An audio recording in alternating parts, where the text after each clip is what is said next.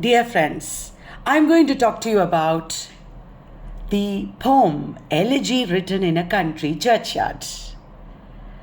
There is an evening scene. The church bell is signaling that the day is ending. The mooing cows, the lowing herd, they are traveling slowly across the grassland, and a tired farmer is slowly going home. And the poet is standing there and saying, the world and the poet are now alone in the darkness. Then the poet is saying, the land around him is glowing in the sunset.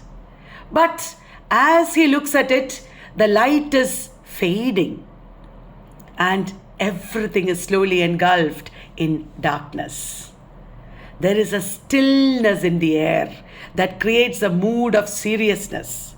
Remember, in Elegy written in a country churchyard, he is going to talk about death. So there is a serious stillness. You can only hear the sound of the beetle and the tinkling of the bells of the sheep. Nothing else is there, no other sound. The air is still. All around him, the air is still. There is a tower covered with ivy leaves. Ivy leaves is a creeper, ivy. There is a tower covered with ivy. And one moping owl or sad owl is sitting and singing. It is not singing, it is complaining.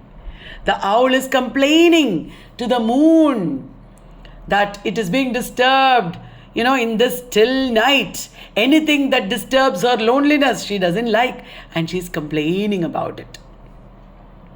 And beneath all that, there are the elm trees, the yew trees. The yew trees give thick shade. Usually yew trees are seen in graveyards. There is thick darkness around it. And there is the rude forefathers, the poor forefathers or the farmers of the village lying there in their little graves.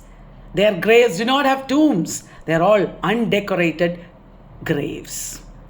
At this time, the sound of the breeze, the scented breeze is flowing. And the sound of the breeze, the swallow is singing in a shed made of straw.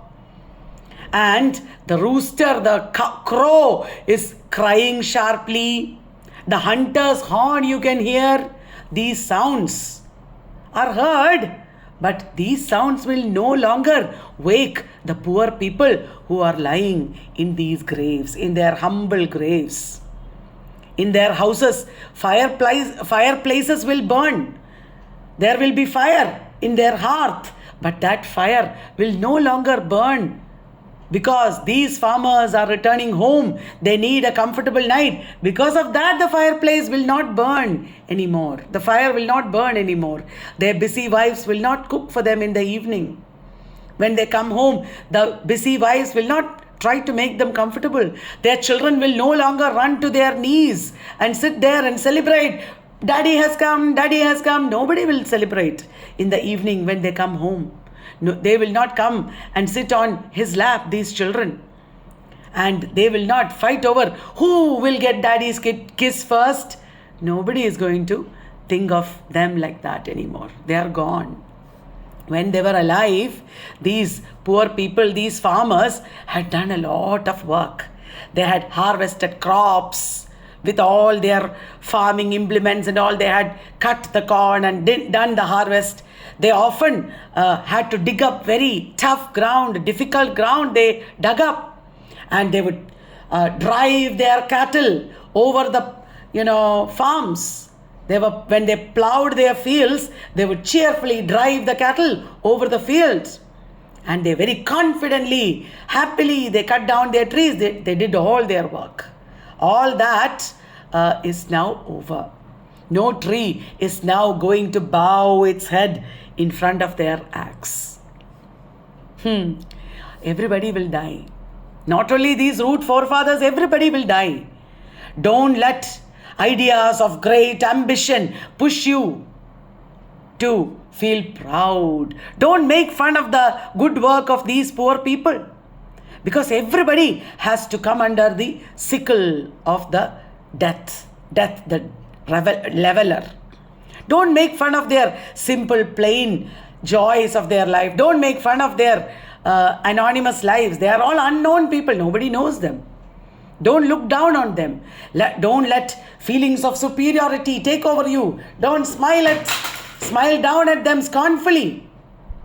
Because everybody will have to go through all this. The boasting of the rich families, coat of arms. The rich families will have coat of arms.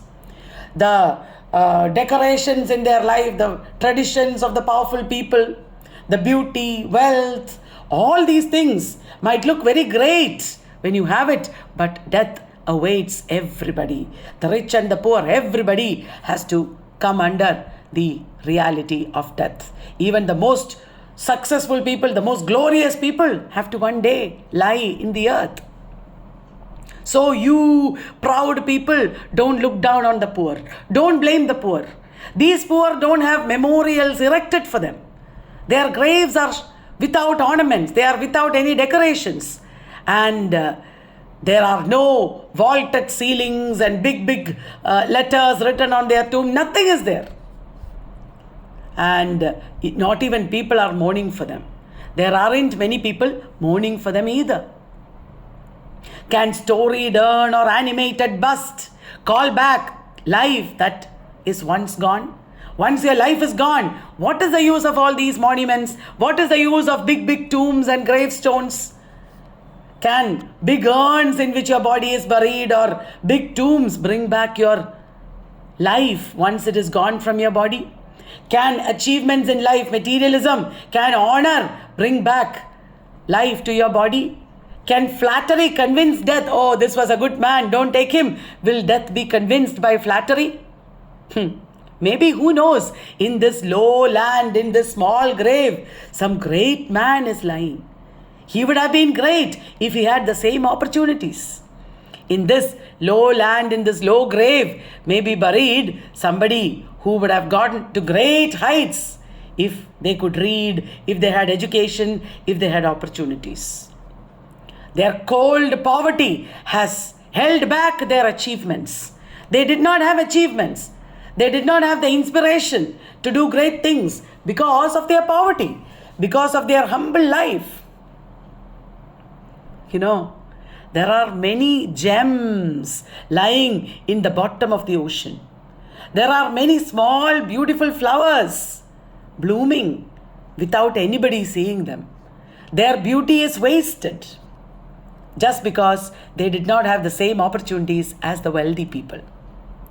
Some villager lying in this poor grave could have been a great man like John Hampden, or he could have been a great man like Milton, or he could have been an Oliver Cromwell. They were all very major, powerful people. They were all very accomplished people. These villagers could have equal status or equal achievements as Hampden, Milton or Cromwell if only they had the opportunity. To have the Senate, a whole court applaud you. To look down on the dangers of the suffering and defeat. I am not afraid of suffering. I am not afraid of defeat. To spread happiness across the country. All these are activities that heroes do. Big kings do. Warriors do. Everybody applauds them. They are not afraid of failure or defeat. They are able to bring wealth to an entire country. All that these people could also have had. All these things are prevented by one thing. What? The poverty of these farmers.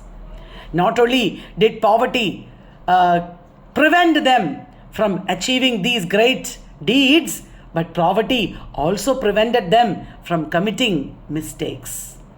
When you are more powerful, when you have more achievements, you will also do wrong things.